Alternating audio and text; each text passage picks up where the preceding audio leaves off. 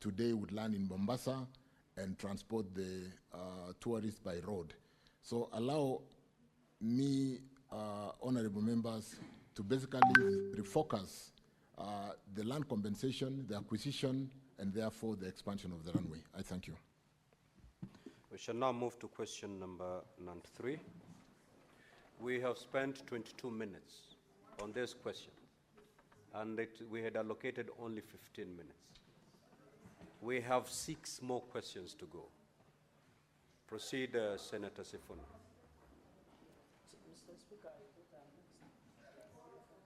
Proceed, Senator Sifuna, so that we make use of the limited time. I think, Honorable Chair. Let's proceed. Proceed, Senator Sifuna. Proceed. Thank you, Honorable Chair. Senator Fernande, please take your seat. You're scheduled. I'll call you. Thank you, Honorable Speaker. I think members have forgotten that there was an advisory that priority will be given to the senators who asked questions, and then we'll hand over the CS for supplementary questions, if I'm not wrong, Honorable Speaker. My question is number 93. Honorable Speaker, I want the CS to address 3 questions. Actually, there are 4, and these questions originated from a meeting with the Karen Langata Residents Association. Honorable Speaker, can the CS tell this House what is the current progress of works on the Ruto'S railway line project, whose construction was commissioned in 2023? Secondly, could the Cabinet Secretary provide comprehensive details on the rationale for initiating the project, including the source of funding, the design framework, feasibility studies conducted, environmental impact assessment, and the economic justification supporting its implementation? Thirdly, could the Cabinet Secretary provide a financial and cost-benefit comparison between the proposed Ruto'S railway line and the alternative option of dualling the Bomas-Rongai to Kiserian section of Magadi Road and the Ngong-Karen section of Ngong Road? And finally, Honorable Speaker, what is the current status of compulsory land acquisition by government for the Ruto'S railway line project, and how will the associated land acquisition cost affect the overall project budget and implementation timelines? I thank you, Honorable Speaker. You may proceed, Honorable CS. Mr. Speaker, sir, I beg to respond. The transport sector is recognized as a key pillar and a critical enabler in achieving Vision 2030 long-term development strategy and the bottom-up economic transformation agenda. Development of efficient transport system, honorable members, in rural and urban areas is therefore key factor in supporting the country's development strategies. I wish to indicate that for this particular project, the source of funding for the project is purely the government of Kenya. The government, through the Kenya Railways Corporation, conducted a feasibility study that resulted in the development of Nairobi Commuter Master Plan 2019. The master plan identified key commuter line corridors for development and modernization within Nairobi metropolitan area. The key identified corridors forming the core network are Kikuyu Limuru, which is currently existing under the meter gauge railway, Riruta Thika, which also exists today with a meter gauge railway, Lukenya, Kitengela, Konza, also existing, Jomo Kenyatta International Airport, which is proposed, Embakasi Village, which is existing, and Riruta Ngong under implementation from Riruta to Ngong. Riruta Ngong commuter line, which will be linked to the revitalized Nairobi railway station, is also one of the commuter lines identified as critical transport infrastructure under the prioritized integrated transport system for decongestion of Nairobi metropolitan area. The rationale, honorable members, behind preference of the commuter rail over land transport is that commuter rail is for mass transport, and therefore the carbon footprint is what we all desire today. And where one commuter train carries about 6,600 passengers, both standing and sitting, which is equivalent, honorable members, to about 460 14-seater matatus, and that is one way of decongesting our city. I have just indicated where you can get that master plan, and in today's time of technology, if you go to that site, you'll be able to see the master plan. I wish to indicate, honorable members, that for this particular project, the source of funding, like I've said, is purely the government of Kenya. Mr. Speaker, sir, as regards environmental social impact assessment study, the same was conducted in line with the Environmental Management and Coordination Act 1999. Attached herewith is Annex 2 is a copy of NEMA's license number NEMA/EAI/PSL/35081. I also wish to add that the project is being implemented under the engineering procurement construction basis with an independent consultancy for design review and construction supervision in place. On the second question, Honorable Speaker, members, in order to enhance the economy of the country, mobility of the citizenry is a key, or is key, and the transport sector acts as a key enabler for economic growth. The land is a finite resource, therefore the aim of the ministry is to ensure both railway and road transport modes complement one another instead of competing or compete with one another. Given the finite nature of the land, the ministry aims to promote use of mass rapid transport, normally MRT in Nairobi metropolitan area. The two modes being pursued are commuter rail transport and the BRT transport. And I can talk more about that because we just came back from the UK where we are looking at the UK fund to do the Nairobi Railway City, and we are specifically focusing on these corridors to be able to move people quickly out of the city and into the city and be able to decongest. Construction cost is Kenya shillings 8.1 billion. For construction cost, we have about 8.2 billion, 8.26 billion. Land acquisition will cost us 2.8 billion. We are acquiring land in very expensive areas through that current corridor. Land acquisition cost, including protection, relocation, and existing utilities, as I've indicated there, will be significantly expensive. On the next question, on what is the status of the compulsory land acquisition, Honorable Speaker, Chair, the total length of the Ruto-Ngong commuter line is approximately 13 kilometers. The ownership of the section traversed by the proposed railway line, we have given a schedule attached, and the length of the railway track ownership of the land and so on and so forth, I've captured there 2.4 kilometers with Kenya Railways as available corridor. We don't have to, we already have that. 0.55 kilometers is with Kenya Forestry Service, and we need to acquire wayleaf. 0.3 kilometers is with the Kenya National Highway overpass across the Southern Bypass. 4.55 kilometers is with Kenya Urban Roads that we need to be able to share jointly. 1 kilometer is with Kenya Broadcasting Station, and which we need to acquire. 0.9 kilometers is with the National Academy, National Police Academy, and which we need to then acquire. Fortunately, that is intergovernment. 2.1 is with the Vet Farm Department, and 1.35 kilometers is private acquisition or land acquisition process, which is ongoing by the National Land Commission.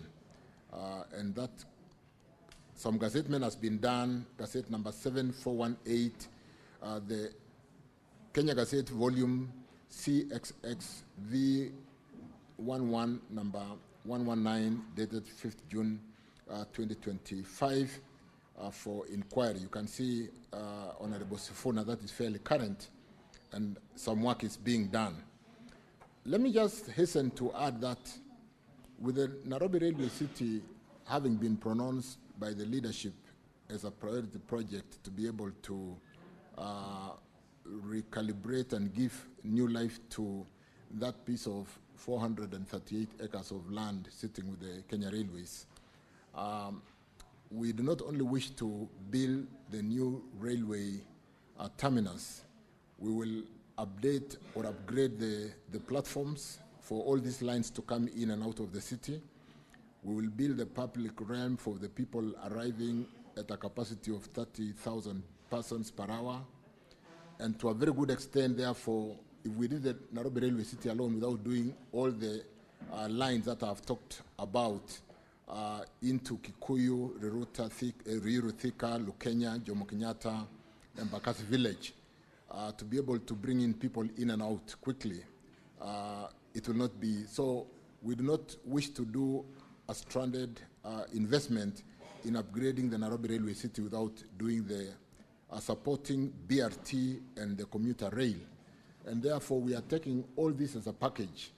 And therefore, the project that we are talking about through the Ruto'S, which already has a contractor on the ground, I think CRBC, is one project which is already taken off. And we are going to pay attention to make sure that we decongest the city, we move people out of the city for residents out there, and be able to expand the economy, as it were, by moving people in and out very quickly. I thank you, Honorable Speaker. Thank you, CS. Senator Sifuna, do you have a supplementary question? Do you want to ask both of them now? Yes, in fact, Honorable Speaker, I do have. Yes. The Cabinet Secretary has given me a 2019 report, but I was meant to believe that there was another report funded by the World Bank in 2017, a consultant funded by the World Bank that actually ranked this Gong-Ruto line as the least priority in terms of construction of railways in this city.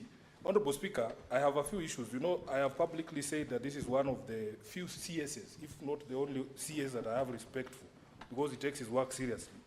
But I can see here in his response, he has made an allegation here that one commuter train is supposed to carry 6,600 passengers, and that is an advantage over road construction.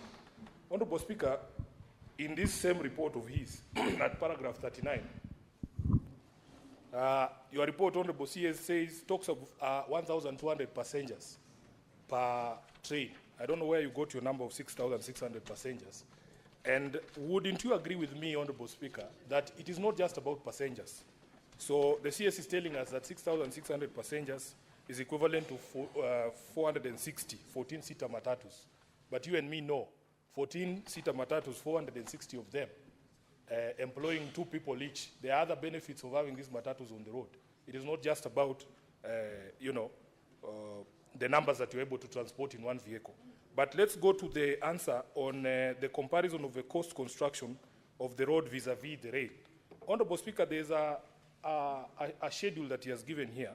So apparently the government prefers spending a total of 9.5 billion Kenya shillings to do 13 kilometers of railway from Ngong to Riruta, as opposed to dualing Bomas to Kiserian, which is a total distance of almost 24 kilometers at a cost of 10.9 billion. Waziri, explain to me as if I was a child. Honestly, if you wanted to decongest Nairobi, you want to open up the city, reduce the pressure on land. We know we have more land in Kiserian than we have here in Nairobi. What is the rationale of spending 9.5 billion to do 13 kilometers of railway, and yet you could use 10.9 to do 24 kilometers of road, dual carriageway from Bomas to Kiserian? So if you can answer those 2 questions, Honorable Speaker, and also touch on allegations that some powerful people along that route for that railway have somehow secured concessions from your ministry to divert the original plan to avoid their properties. But those who are not powerful enough, Honorable Speaker, They are not being heard at all by the ministry. I thank you. CS, could you respond to those questions?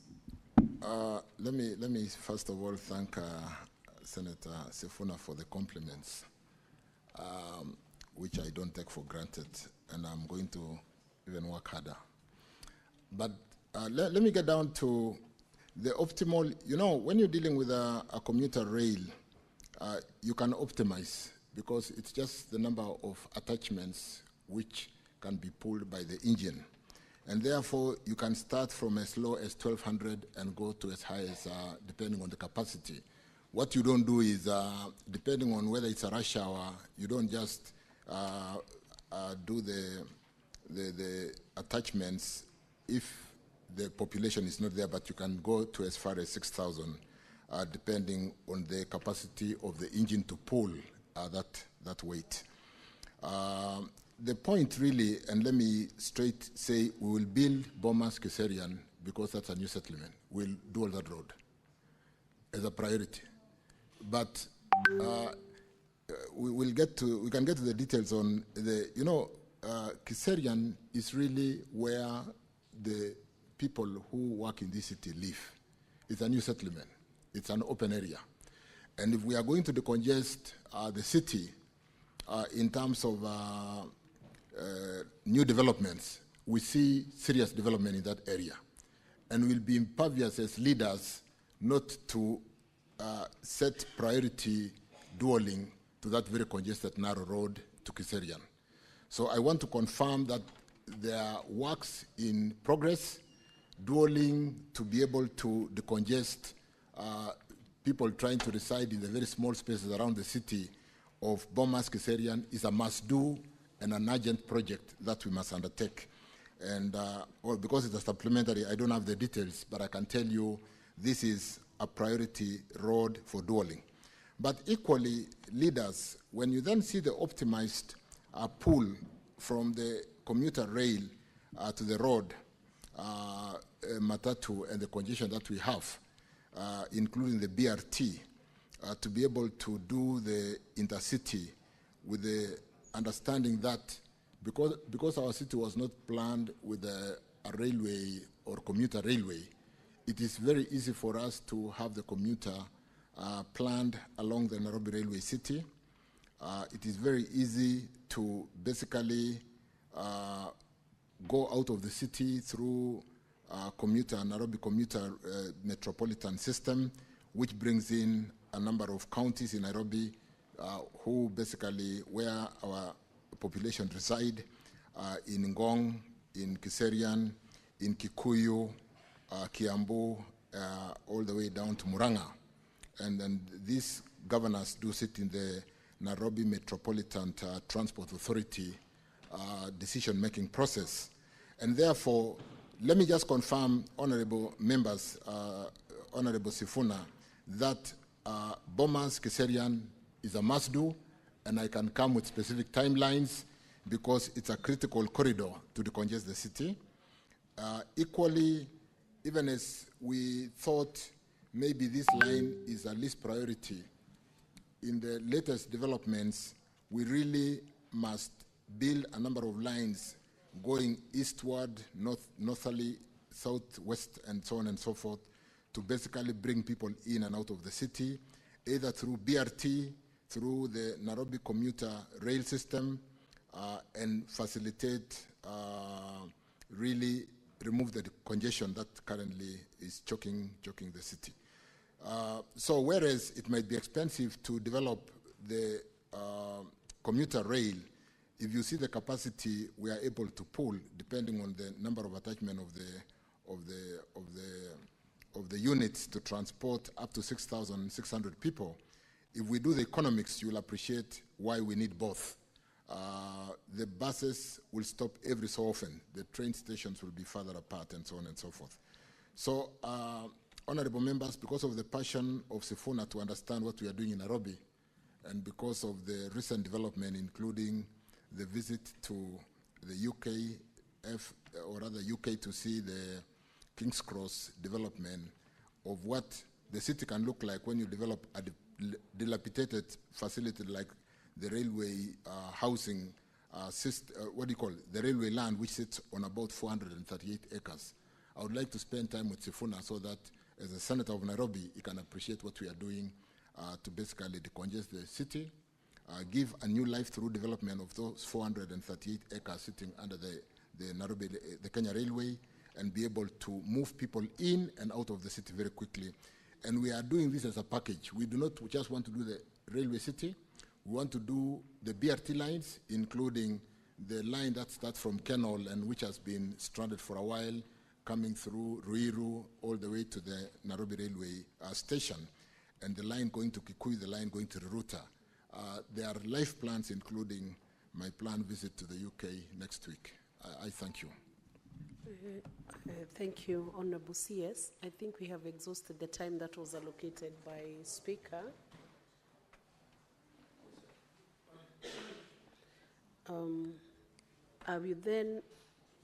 I will allow just one question because the time for that question has been exhausted. Sawazishaji wa rasilimali katika nchi ya Kenya, Mheshimiwa Spika. Mheshimiwa Spika, nimesikiliza kwa makini sana baadhi ya viongozi wenzangu ambao wanadhani ama wanahisia kwamba fedha ambazo mtoza ushuru anatoa ni lazima ziende tu maeneo yao peke yao, sisi ni kuangalia kupitia televisheni. Ni vyema waelewe kwamba japo kuna maeneo ambayo yalipata nafasi ya kupata maendeleo wakati wa awamu ya kwanza ya serikali, kuna maeneo ambayo vile vile hayajapata maendeleo kwa huo muda. Na ni lazima tunapotathmini jinsi fedha hizi zinavyopeanwa tuweze kuzingatia maeneo kama haya. Mheshimiwa Spika, ninasimama hapa kwa sababu eneo bunge ama kaunti ya Bungoma ni kaunti ambayo kwa muda imekuwa katika upinzani siku za Mheshimiwa Toroitich Arap Moi na serikali zilizofuata chini ya Mheshimiwa Muigai Uhuru Kenyatta tulikuwa katika upinzani. Na ukiangalia jinsi fedha zilikuwa zinatolewa kupitia hazina kuu ya serikali, wakati huo hatukuwa na kile tunasema tunajivunia katika serikali. Na naamini kwamba ni haki Bungoma ipate fedha hizi kwa sababu eneo bunge la Mlima Elgon na maeneo bunge ambayo yanapakana na Mlima Elgon kihistoria na kimaendeleo yalikuwa yamewachwa nyuma. Na ni lazima wanapoweka fedha katika bajeti, na jinsi nimeshukuru kamati imenukuu eneo la Mlima Elgon, lazima wajue kwamba miundombinu ambayo imo katika Mlima Elgon si nzuri, afya, barabara, maji na kadhalika. Sasa mimi ningeomba mheshimiwa yeyote anaponyanyuka kutoa hoja ajue kwamba Mkenya yeyote popote alipo anaposikiza lazima tumpe moyo, lazima tumpe sababu ya kujivunia kwa Mkenya. Japo fedha hazitoshi, lakini waone kuna jambo zuri linatendeka katika serikali ya Kenya. Sasa lisilokuhusu usiliandame. Sisi watu wa Bungoma tunashukuru kidogo tumepata, lakini tunasema tunahitaji fedha zaidi. Wanapogawa muda mwingine tunataka kuona ipande kutoka milioni 95 ije kama bilioni jinsi kaunti zingine zinapata. Kwa sababu ukiangalia mgao wa fedha, Mheshimiwa Spika, jinsi tulipopitisha hapa awali, baadhi ya kaunti ambazo zinapata fedha nyingi hata sasa katika bajeti bado wanapata fedha nyingi, na muda mrefu wamekuwa wanapata hizi pesa. Lazima tufuatilie, tujue miradi gani inatekelezwa na serikali za kaunti, wanahusisha wananchi katika kutekelezaji miradi hii, na iwapo miradi hii inaafiki matarajio ya wapiga kura ama wanaoishi katika maeneo haya. Mheshimiwa Spika, naangalia kaunti ya Busia, wao ni jirani zetu kule, wamepewa milioni 29.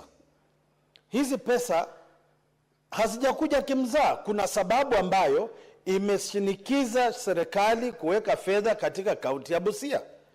Na imaanishi kwamba Busia ilipokuwa na naibu wa rais na mawaziri ama walipokuwa na Mheshimiwa Amos wako katika serikali, haimaanishi walipokuwepo watu wa Busia walikuwa katika shamba la asali na nyama. Haiwezekani.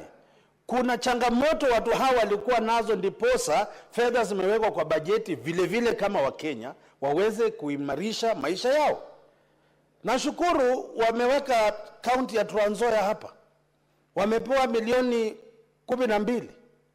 Japo kuna viongozi huko washukuru chochote.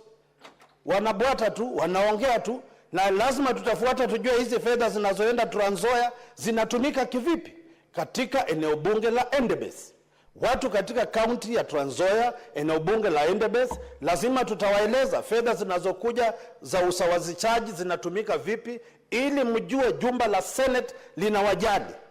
Japo kuna wale wanapinga serikali, wanatusi serikali, na wakututusi sisi maseneta, tutawapea pesa, lakini tutafuata kuhakikisha hizo pesa zinafanya kazi. Na zaidi ya hapo, wanakandarasi wanaofanya hizo kazi lazima watoke katika kaunti husika. Kwa sababu haiwezekani, Mheshimiwa Spika, Senate tunapitisha fedha kama hizi na wale wanakandarasi ni watalii wa kibiashara. Wanatoka Nairobi, wanatoka kaunti zingine kufanya kazi ambayo wananchi wa kaunti husika wanaweza kufanya kazi hizi. Sasa mimi naunga mkono kaunti hizi ambazo zimeorodheshwa hapa waongezwe pesa. Wale waliopewa kidogo, kama ndugu yangu ataita Taveta, waongezewe fedha. Ana haki ya kudai pesa ziongezwe. Na wale ambao wamekuwa wanapewa pesa nyingi na hatuoni matunda, wapunguzwe. Kwa sababu huenda hizi pesa zinaenda katika mifuko ya watu wachache, ili hali wengi wanaumia, hawana maji, hawana barabara, hawana madawa hospitali. Na mambo kama haya, Mheshimiwa Spika, hatuwezi kubali katika awamu hii ya serikali. Asante sana Mheshimiwa Spika, ninaunga mkono mswada huu. Asante. Thank you. Senator Catherine Muma. Thank you, Honorable Speaker, for the opportunity to contribute to this fund. Honorable Speaker, the Constitution of Kenya 2010, as we all know, is a constitution that emphasizes human rights and the principles of human rights, particularly equity, as a key principle that ought to be applied in governance in order to give opportunity to every Kenyan and every region to actualize the benefits of within our country. Mr. Speaker, first to commend the government and the Parliament, 13th Parliament and the 4th Senate, for having operationalized the Equalization Fund. As you are aware, this fund was intended to be a time-limited fund that was supposed to be operationalized as soon as we began implementing devolution in 2013. But this fund has never been operationalized. It is so sad that it's one of the tools of equality that was ignored by the Jubilee government. 13 years, now it is now 13 years. I'm glad that at least now we are on the second phase of sharing out this bill, this fund. Madam Speaker, the Equalization Fund had a particular purpose. It is an affirmative action fund that was intended to be deployed towards fast-tracking the basic development environment in areas that have been marginalized. And Madam Speaker, we have a country that has a lot of disparities, a country where in one you will have a constituency where the worry about the schools is lunch, possibly dinner, while in another place, children in that place are having to read using the lights of nature, the moon in the night, and they don't even have places where they can sit. When this constitution was developed, this fund was put there deliberately to help and hold those areas that were ignored, that were treated as though they are not part of Kenya to also get their people and their children to have a hope in this country. We have been dilly-dallying around this. We have been arguing, and I blame Parliament entirely for the delay in the implementation of this fund. And that's why I want to commend us that at least we have distributed it now the second time. And despite the disparities that have been put in here, I think it is a good way forward. Madam Speaker, even as we look at the disparities in the manner in which this fund has been distributed, I would want to urge the Senate to actually come up with an oversight tool over this fund. An oversight tool because this fund is supposed to be deployed towards basic services that are also county functions. We need to be able to pinpoint. Now, the second year, when we go to next year, we should be able to say, when we go to Tana River, Senator Mungatana, we should be able to say, the funds that were deployed under the Equalization Fund were used to deliver A, B, C, additional to what the county government is doing. We need to be able to say that, and to be able to review, to say, was that the best way in which we'll have fast-tracked in terms of this county? Was that the most needy area that was received these funds? And thirdly, is this the best way in which this fund should have been used?